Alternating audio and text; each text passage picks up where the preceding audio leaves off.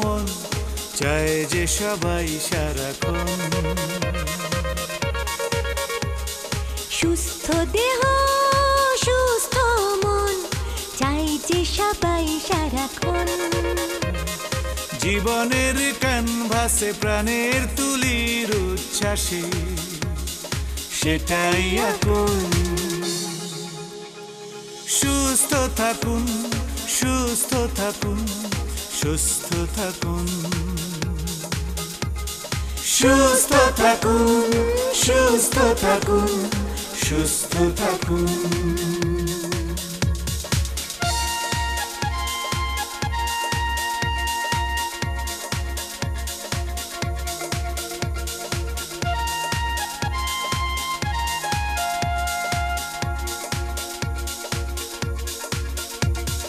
ওষুধ আর অসুখের তথ্য, চিকিৎসা পুষ্টি ও পথ্য জেনে নিন ফোনে ফোনে আলোচনা আয়োজনে, দেহ ঘড়িটাকে ফিট রাখুন।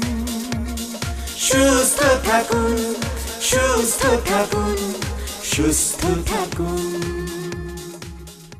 প্রিয় দর্শক শ্রোতা, আসসালামু আলাইকুম। গ্লোব ফার্মাসিউটিক্যাল সুস্থ থাকুন থেকে সবাইকে স্বাগত জানাচ্ছি। আমি ডক্টর সোহেলি আহমেদ সুইটি। আজ আমরা গ্লোব ফার্মাসিউটিক্যাল সুস্থ থাকুন অনুষ্ঠানে আলোচনা করব হৃদরোগের বিভিন্ন দিক নিয়ে। স্টুডিওতে উপস্থিত রয়েছেন একজন বিশিষ্ট কার্ডিয়াক সার্জন, পিটসবার্গ ইউএসএ হসপিটালের ইন্টারভেনশনাল কার্ডিওলজি ডিপার্টমেন্টের ডিরেক্টর ডক্টর আরিফ রহমান।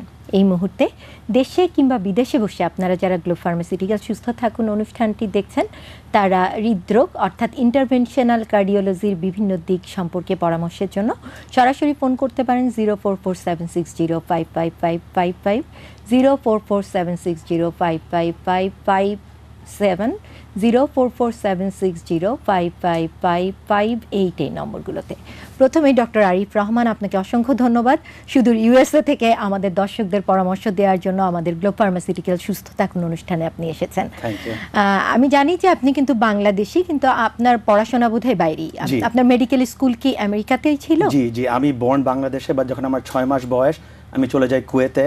কুয়েতে আমার ফ্যামিলির সঙ্গে আমি ওখানে বড় হই। তারপরে হাই স্কুল শেষে আমি চলে যাই আমেরিকাতে। সো আমেরিকা থেকে আমি আন্ডার গ্রাজুয়েট করেছি ওইখানে। তারপরে মানে আমাদের এমবিবিএস যেটাকে জি, ওখানে আমি আন্ডার গ্রাজুয়েট করে মেডিকেল স্কুল গিয়েছি ওইখানে আমি। তারপরে আমি রেসিডেন্সি আর আমার ফেলোশিপ কার্ডিওলজিতে আর ইন্টারভেনশনাল কার্ডিওলজিতে করেছি হার্ভার্ড হসপিটালে বস্টনে।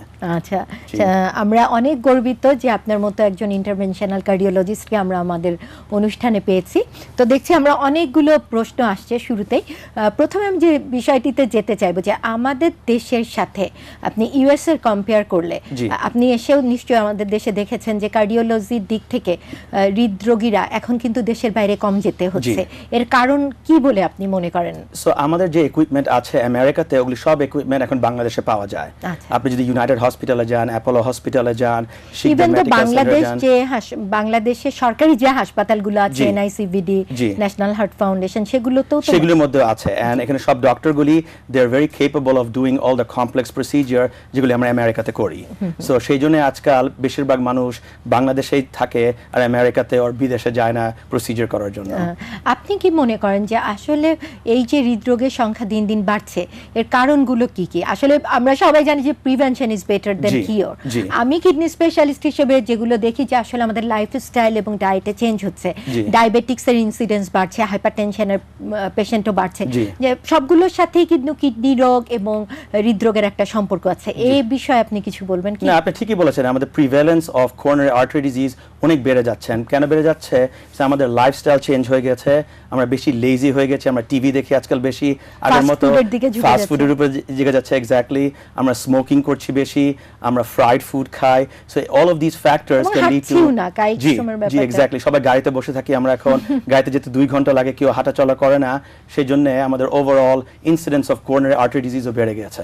আচ্ছা, আমরা দেখছি একটু ফোন আছে, আমরা ফোন রিসিভ করে নিচ্ছি। হ্যালো হ্যালো হ্যালো, আসসালামু আলাইকুম। ওয়ালাইকুম আসসালাম, জি বলুন। আমি শারমিন বলছি। সমস্যাটা বলে ফেলুন।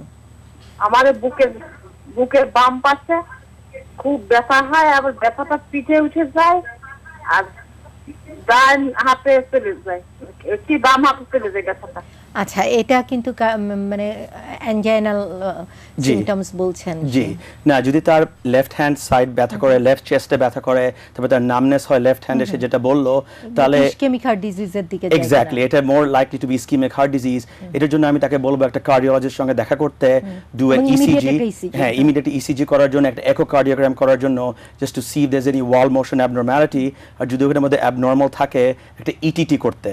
আর যদি ইটিটিতে তার বুকে ব্যথা হয়, ওর লেফট সাইডে পেইন হয়, আর ইসিজি চেঞ্জেস হয়, তাহলে একটা অ্যাঞ্জিওগ্রাম করলে তার জন্য বেস্ট হবে। আচ্ছা, আমি এ বিষয়ে একটু ইন্টারাপ্ট করছিলাম, জি। সেটা হচ্ছে আজকাল কিন্তু প্রায় ডাক্তারদের কাছে, কার্ডিওলজিস্টদের কাছে গেলে এনজিওগ্রামের একটা সাজেশন দেয়া হয়, তো জি। সেটা কতটা অথেন্টিক বলে আপনি মনে না, করছেন? আমি মনে করি যে as a cardiologist we should practice evidence based medicine. সব রোগীরই অ্যাঞ্জিওগ্রাম করার দরকার নেই। ইউএসএ তে জি। কিভাবে আপনার সো আমরা যদি কোনো একটা রোগী আসে আমেরিকাতে, আমরা ওদেরকে ইচ পেশেন্টকে আমরা ইন্ডিভিজুয়ালি ইভ্যালুয়েট করি। আমরা দেখি তার কি সমস্যা, তার কি রিস্ক ফ্যাক্টর আছে। যদি তার হাইপারটেনশন থাকে, ডায়াবেটিস থাকে, হাই কোলেস্টেরল থাকে, তার স্ট্রং ফ্যামিলি হিস্ট্রি থাকে, তারপরে সে বলে আমার বুকে ব্যথা হয় উইথ এক্সারশন, Exactly. তাহলে আমরা অ্যাঞ্জিওগ্রামের জন্য রিফার করি। কিন্তু সে যদি বলে আমার মাঝে মাঝে বুকে ব্যথা হয়, আমার রাতে ঘুমানোর সময় বুকে ব্যথা হয়, নট উইথ এক্সারশন, Okay. তাহলে আমরা অ্যাঞ্জিওগ্রামের জন্য রিফার করি না। We are very evidence based and we monitor what we refer for angiogram. That's good. জি। তো আরেকটা বিষয় আমরা যেটা জানতে চাইলাম, যেহেতু আমি নেফ্রোলজিস্ট, জি। আমার সেলফ ইন্টারেস্টে আমি জানতে চাচ্ছি যে আমরা কিন্তু প্রায়ই পেশেন্ট পাই জি। অ্যাকিউট কিডনি ইনজুরি নিয়ে আসে Right. After cardiac angiogram. জি। তো সেই বিষয়টাতে আপনি কি সাজেশন দেবেন যে কোন দিকগুলোর উপর খেয়াল রাখলে জি। এই আকস্মিক কিডনি বিকল বা অ্যাকিউট কিডনি ইনজুরিকে আমরা প্রিভেন্ট করতে পারি? জি। আই মিন হাইড্রেশন তো আমরা খেয়াল করি, Right. বা লেস যেটা টক্সিক সেটা দিয়ে করা হয়, কিন্তু আর কি কি করলে আসলে আকস্মিক কিডনি বিকলগুলো হবে না, একজন হৃদরোগী নিশ্চিন্তে তার কার্ডিয়াক অ্যাঞ্জিওগ্রাম করতে জি। পারেন? সো আজকালকার আমরা যে কন্ট্রাস্ট ইউজ করি, আইভি কন্ট্রাস্ট যেটা ইউজ করি ফর অ্যাঞ্জিওগ্রাম, ওটা খুব low osmolarity, so the effect on the kidneys is very minimal. So আগের মতো লাইক 20 বছর আগে যে অ্যাঞ্জিওগ্রামে যে কিডনির মধ্যে এফেক্ট হতো, ওইটা এখন খুব কম হয় because of the osmolality. Number one. Number two, যারা ডায়াবেটিক রোগী যারা মেটফর্মিন নেয় ফর their medicine, ওদেরকে আমি বলবো যে মেটফর্মিনটা নিতে না on the day of the procedure and 48 hours after. ও মানে দিনের দিন এবং 48 ঘন্টার মধ্যেও যাতে না নেয় মেটফর্মিন যারা খায়। জি, because এটা can lead to lactic acidosis and কিডনির মধ্যে can lead to acute kidney injury. And আপনি যেটা বলেন hydration is very very important. যারা একটু renal insufficiency আছে, or যাদের diabetic and has a tendency of developing renal failure, ওদেরকে আমরা 6 ঘন্টা আগে থেকে হাইড্রেশন করি, and angiogram করার পরে আরো 6 ঘন্টা হাইড্রেশন দেই just to flush it out of their kidneys. আচ্ছা, মানে 6 ঘন্টা আগে এবং পরেও জি। হাইড্রেশনটা প্রপারলি মেইনটেইন হচ্ছে কিনা সেটা দেখা হয়। জি। আমরা আবার একটু প্রশ্ন নিয়ে নিচ্ছি, তারপর ফিরে আসব। হ্যালো প্রিয় দর্শক, জি বলুন। হ্যালো, আসসালামু আলাইকুম। ওয়ালাইকুম ওয়ালাইকুম আসসালাম। আসসালাম। আমি সিলেট থেকে বলছিলাম। জি, সমস্যাটা বলুন ভাই। তো আমার হঠাৎ করে বাম দিকে একটা দেখা করতেছিল কিছুদিন আগে। জি। তারপরে আমি প্রাথমিক পর্যায়ে উসমানী মেডিকেল যাই, যা দেখানো সব কিছু ওষুধ দিতে, পরবর্তীতে ওষুধ খাওয়ার পরে একটু ভালো লাগছে। এরপরে তো হঠাৎ করে মাঝে মধ্যে হার্টের মধ্যে সমস্যা করে। খাওয়ার পরে আপনার বুকে ব্যথা করে? ওকে। এটা একটা পরামর্শ দিতেন আপনারা, তাহলে আমি খুব উপকৃত হইতাম এবং খুশি হতাম। আচ্ছা, আমরা এটা বুঝলাম যে খাওয়ার পরে বুকে জি। ব্যথা করে। আরেকটা প্রশ্ন নিয়ে নিচ্ছি জি। আমি। হ্যালো, জি আসসালামু আলাইকুম। হ্যালো। ওয়ালাইকুম আসসালাম, জি বলুন। বলছি আমাদের একটা পেশেন্ট আছে, আমি রিং করানো, এতে কি স্বাস্থ্যের জন্য কি ক্ষতিকর দিক আছে, এটা বলবেন কি? সুন্দর প্রশ্ন করেছে। তো রিং করা আছে, আর কোনো ক্ষতিকর দিক আছে কিনা? প্রথম প্রশ্নটা যেটা বলেছে খাওয়ার পরে তার জি। চেস্ট পেন হয়, জি। আর সেকেন্ড কোশ্চেনটা রিং করা আছে, কোনো জি। প্রবলেম হতে পারে সো কিনা? প্রথম কোশ্চেনটা খাওয়ার পরে যে তার চেস্ট পেন হয়, এটা কিন্তু can be a sign of ischaemic heart disease. এটাকে আমরা বলি পোস্ট প্র্যান্ডিয়াল অ্যাঞ্জেনা। সো যখন মানুষ খায়, most of the blood will go to the stomach and less blood will go to the heart, Exactly. And তখন যদি কোনো ব্লকেজ থাকে তার হার্টের মধ্যে, তার কিন্তু বুকে ব্যথা হয়, যেটা আমরা বলি অ্যাঞ্জেনা ইকুইভ্যালেন্ট। সো যদি তার কোনো রিস্ক ফ্যাক্টর থাকে, যেরকম high blood pressure, diabetes, high cholesterol, আর তার এরকম সিমটম হয়, then I would refer him to get an ECG and echocardiogram and maybe angiogram. Okay. জি। প্রিয় দর্শক, আমাদের মাঝে এসেছেন আমেরিকার পিটসবার্গ হাসপাতালের ইন্টারভেনশনাল কার্ডিওলজি ডিপার্টমেন্টের ডিরেক্টর মোহাম্মদ আরিফ রহমান। আমরা দেখছি যে আসলে অনেক কল ওয়েট করছে, কিন্তু এত অল্প সময় জি। আসলে ডিফিকাল্ট হয়ে যাচ্ছে। আমরা একটু প্রশ্ন নিয়ে নিই, তারপরে Sure. আবার ফিরে আসবো। জি। হ্যালো হ্যালো, আসসালামু আলাইকুম। ওয়ালাইকুম আসসালাম, জি বলুন। বলুন একটু ঝটপট বলুন আপা প্লিজ। হ্যাঁ, আমি চট্টগ্রাম থেকে বলছিলাম। হ্যাঁ, চিটাং থেকে বলছেন, সমস্যাটা বলুন। সমস্যাটা বলুন, অনেকে ফোনে আছে, সো সময় আমার সমস্যা হলো যে আমি আমার ওজনটা বাড়িয়ে গেছে 80 কেজি। আমি এখন খাওয়ার পরে মানে শ্বাস নিতে পারি না, হ্যাঁ, খাওয়ার পরে কি করতে পারেন না? মানে বড় বড় নিঃশ্বাস আছে আর কি। বড় বড় নিঃশ্বাস নিতে হয়। ওকে, আরেকটা প্রশ্ন নিয়ে নিচ্ছি। হ্যালো হ্যালো, আসসালামু আলাইকুম। জি জি, ওয়ালাইকুম আসসালাম। একটু ঝটপট প্রশ্নটা বলুন ভাই। আমি কুমিল্লা থেকে বলছি। কুমিল্লা থেকে। আমার সমস্যাটা হচ্ছে যে তুমি হৃদরোগ বিশেষজ্ঞ, আমি আসলে যে কিডনি স্পেশালিস্ট বলছেন, বুঝছেন? আমার ওই যে ডান কাঁধের পিছনে মাঝে মাঝে ব্যথা হয়, বুঝছেন? ডান কাঁধের পেছনে মাঝে মাঝে ব্যথা হয়। জি। আমি একজন ওই যে কিডনি স্পেশালিস্ট দেখাচ্ছি, উনি আমার ওই যে এক্সরে করাইছে, ডিজিটাল এক্সরে প্লাস ওই যে আরেকটা কি জানি কি এক্সরে করাইছে, ওইখানে তার বললো যে এটা প্লেবলি, এটা কোনো কিডনিতে ফাটল না, এটা একটা প্লেবলি। হ্যাঁ, ও কিডনিতে আপনার পাথর আছে কিনা সেই বিষয়ে আমি বলবো। আর একটা প্রশ্ন নিয়ে নিচ্ছে। হ্যালো, জি, আসসালামু আলাইকুম। আসসালামু আলাইকুম, বলুন ভাই, সমস্যার কথা বলুন। হ্যালো, আমি সময় নষ্ট করতে পারছি না। জি। প্রথম প্রশ্নটা ছিল খাওয়ার পরে বড় বড় শ্বাস হয়, চেস্ট পেন হয়, আগেরটার মতো জি, পোস্টপ্রান্ডিয়াল অ্যাঞ্জিনা যেটা আমি বলি, তাকে আমি সেম রেকমেন্ডেশন দিব যে সে একটা ইসিজি করা উচিত, একটা একোকার্ডিওগ্রাম করা উচিত। যদি ওগুলি অ্যাবনর্মাল হয় তাহলে আমি রেকমেন্ড করবো একটা কোরোনারি অ্যাঞ্জিওগ্রাম করার জন্য, বিকজ তার বুকে ব্যথা হচ্ছে। আর একটা প্রশ্ন করেছিল যে তার স্টোন, রেনাল স্টোন আছে কিনা। আসলে রেনাল স্টোন আছে কিনা সেটার জন্য আপনার রেনাল ফাংশন টেস্ট করতে হবে। বিশেষ করে একটা টেস্ট করতে হলে আপনার এক্সরে কেইউবি জি। উইথ লাম্বোস্যাক্রাল স্পাইন এটা করে নেবেন, একটা আলট্রাসোনোগ্রাফি করে নেবেন। কিছু রেডিওলুসেন্ট স্টোন থাকে যেটা আপনার এক্সরের মধ্যে আসে না, ওটা আলট্রাসোনোতে আসতে পারে। তো আমি এটাই সাজেশন দেব। আর আসলে আমি আরেকটা বিষয় জানতে চাচ্ছিলাম জি। ডক্টর আরিফ, সেটা হচ্ছে আমরা জানি যে আমেরিকাতে জি। ইদানিং আপনার ট্যাভার একটা প্রসিডিউর করছেন, জি। এটা সম্পর্কে দর্শকদের একটু বলবেন কি? ট্যাভার হলো trans catheter aortic valve replacement. As you know, যদি Transcatheter aortic valve replacement. So aortic valve কে রিপ্লেস করার জন্য we have to do open heart surgery. আমরা বুকটা কেটে হার্টটা ওপেন করে and you have to do open heart surgery যেরকম আগে এটাই বাইপাসের হতো, জন্য। সো এখন যাদের একটু বয়স বেশি হয়ে গেছে and they cannot tolerate surgery, যাদের রিনাল ফেলিয়ার আছে, ওদেরকে আমরা কি করি, যেরকম অ্যাঞ্জিওগ্রাম করি পা দিয়ে, সেম ওইভাবে যে আমরা এওর্টিক ভ্যালভের উপরে আরেকটা আর্টিফিশিয়াল ভ্যালভ বসিয়ে দেই। আচ্ছা আচ্ছা। And it is a very minimally invasive procedure. তার open heart surgery করতে হয় না, তার prolonged hospital course হয় না, so they get out of the hospital sooner than later. That's good. জি। আমাদের একটু প্রসিডিউরটা দেখাবেন কি, জি। তাহলে দর্শক শ্রোতারা অবশ্যই। কিছুটা বুঝতে পারবে। অবশ্যই, আমাদের একটা ভিডিও আছে, চলুন আমরা হ্যাঁ, ভিডিওটা প্রিয় দেখি। দর্শক, চলুন আমরা একটু দেখে নিই লেটেস্ট আমেরিকাতে যেটা করা হচ্ছে অ্যাওর্টিক ভালভ রিপ্লেসমেন্টের ক্ষেত্রে অপারেশন যেটা করা হয় খুবই লেস, মানে আই মিন বুক ওপেন করে করা হয় না, যেটাকে মিন করে। আমরা ট্যাভার প্রসিডিউরটা একটু দেখছি। If you have a severe problem with the aortic valve in your heart and you can't have open heart surgery, your doctor may recommend a transcatheter aortic valve implantation.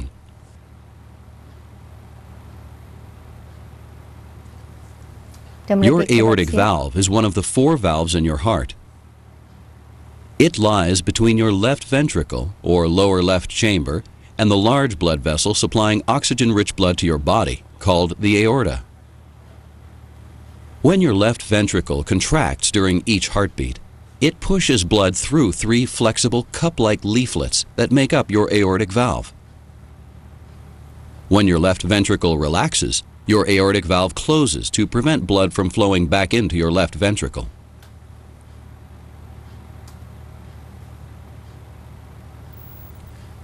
As you get older, your aortic valve may develop deposits of calcium that cause your leaflets to get thicker and less flexible.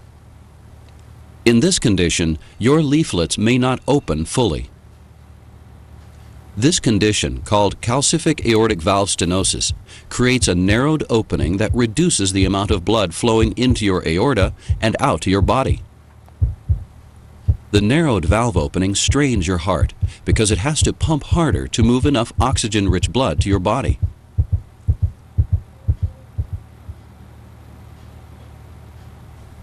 At the beginning of your procedure, your doctor will make a small incision in your groin. After creating an opening in a blood vessel, called the femoral artery, your doctor will insert a flexible tube called an introducer sheath. Through the sheath, your doctor will insert a flexible guide wire into your femoral artery. The guide wire will be passed through your femoral artery all the way up to your aorta. Then, the guide wire will be pushed through the opening in your aortic valve and into your left ventricle. Your doctor will use the guide wire to pass a flexible tube called a catheter through your aortic valve. A balloon on the tip of the catheter will be inflated to widen the opening in your aortic valve and push the valve leaflets to the sides. After deflating the balloon, your doctor will remove the catheter. The replacement valve consists of a tissue valve surrounded by a wire mesh called a stent. The replacement valve will be compressed and placed on the tip of another catheter. This catheter will be inserted through your aortic valve. When the catheter reaches the opening in your aortic valve, your surgeon will inflate a balloon underneath the replacement valve to expand it and the stent. After placement of the new aortic valve, your surgeon will deflate the balloon. The stent will support and secure the replacement valve in place. The catheter and guide wire will be removed.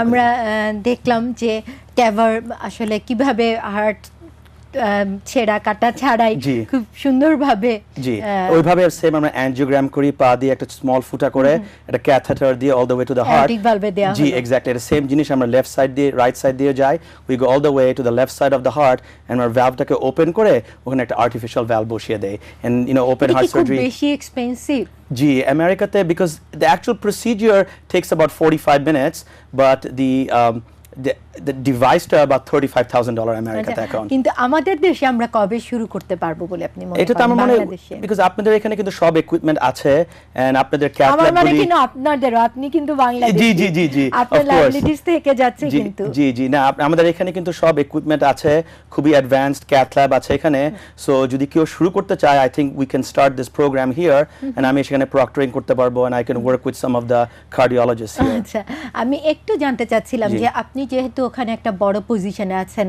USA তে তো আপনি কি এখান থেকে I mean ফেলো হিসেবে ডক্টরদের নেয়ার কোনো চিন্তা ভাবনা করেছেন তাহলে তো আমাদের নলেজ ট্রান্সফার গুলো হচ্ছে অবশ্যই অবশ্যই যদি কেউ এখানে ইন্টারেস্টেড হয় আমার সঙ্গে এসে জি ইন্টারভেনশনাল কার্ডিওলজিতে 3 মাস আমার সঙ্গে অবজারভারশিপ করতে পারবে আমার সঙ্গে শ্যাডো করতে পারবে দে ক্যান সি আমি কিরকম প্রসিজার করি অ্যাজ আ ফেলো এসে করতে পারবে কিন্তু পুরা like ওদের hands on experience হবে না because hands on experience করার জন্য they have to be a cardiology fellow জি এটা 3 বছরের ফেলোশিপ প্রোগ্রাম and ওই ফেলোশিপ করার জন্য তাদের এখান থেকে ইউএসএমএলই পরীক্ষাগুলি আগে থেকে দিতে হবে আচ্ছা বাট তারা যদি এসে আমার সঙ্গে অবজার্ভ করতে চায় we can definitely encourage that জি আপনি লাস্টলি আমি একটা বিষয় জানতে চাইবো যে আসলে হৃদরোগীদের জন্য যাতে হৃদরোগ না হয় সে বিষয়ে আপনি কি পরামর্শ দেবেন যাদের হার্ট ডিজিজ যাদের না হয় ফিউচারে আমি মোস্ট ইম্পর্টেন্ট বলবো যে দেখেন সবার হার্ট ডিজিজ একদিন না একদিন হবে but I think what we should do সবারই কি হবে সবারই হবে there is no doubt about that একদিন না একদিন সবারই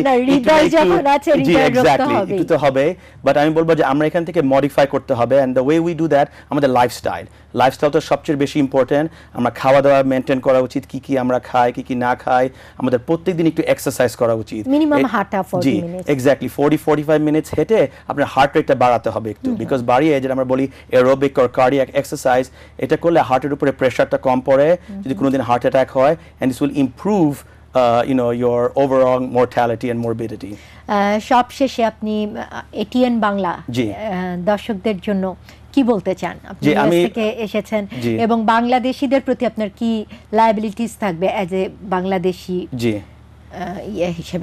so first of all I want to thank you and the ATN network for giving me an opportunity thank you for giving me an opportunity to come over here and do this talk show. I really appreciate it. I'm very honored. And আমার শেষে আমার দুইটা suggestion আছে। একটা হবে ইয়াদের জন্য, আমাদের পেশেন্টদের জন্য, আপনারা যখন ডাক্তারদের কাছে যান তারা আপনাদেরকে বলে high blood pressure, high cholesterol, আপনাকে অনেক ওষুধ দিবে, আপনি ওষুধগুলি খাবেন, কিন্তু আপনার ডাক্তারদেরকে জিজ্ঞেস করবেন যে আমি কেন এই ওষুধটা খাচ্ছি, what is the benefit of this medicine, what is the side effect of this medicine, because এগুলি আপনি জানতে পারলে you will have a better understanding of your disease and what your problem is. So এইটা আমি recommend করবো আমাদের সব পেশেন্টদের জন্য। আর আমি আমাদের ফেলো ডাক্তারদেরকে এটাই বলবো যে দেখেন, আমরা সবাই ডাক্তার হয়েছি, it is an honour, it is a privilege, we have become a doctor to serve humanity, and we should not forget that. আমরা যখন একটা পেশেন্টকে দেখি, we should individually evaluate each patient and follow them and treat them based on the guidelines. একটা রোগী আসলে আমরা angiogram করব, unnecessary test করব, I think that is not appropriate, because not only will it be costly to the patient, but you're also affecting the overall healthcare of this country. ধন্যবাদ doctor Arif Rahman, আপনাকে অসংখ্য ধন্যবাদ। আর প্রিয় দর্শক, আজকের এই অনুষ্ঠানটি দেখে নিশ্চয়ই উপকৃত হয়েছেন। সবাই ভালো থাকুন, সুস্থ থাকুন, এই প্রত্যাশা আমি ডক্টর সুইটি এখানেই বিদায় নিচ্ছি। আল্লাহ হাফেজ। সুস্থ দেহ সুস্থ মন চায় যে সবাই সারাক্ষণ, সুস্থ দেহ সুস্থ মন চাই যে সবাই সারাক্ষণ, জীবনের ক্যানভাসে প্রাণের তুলির উচ্ছ্বাসে সেটাই এখন। সুস্থ থাকুন, সুস্থ থাকুন, সুস্থ থাকুন,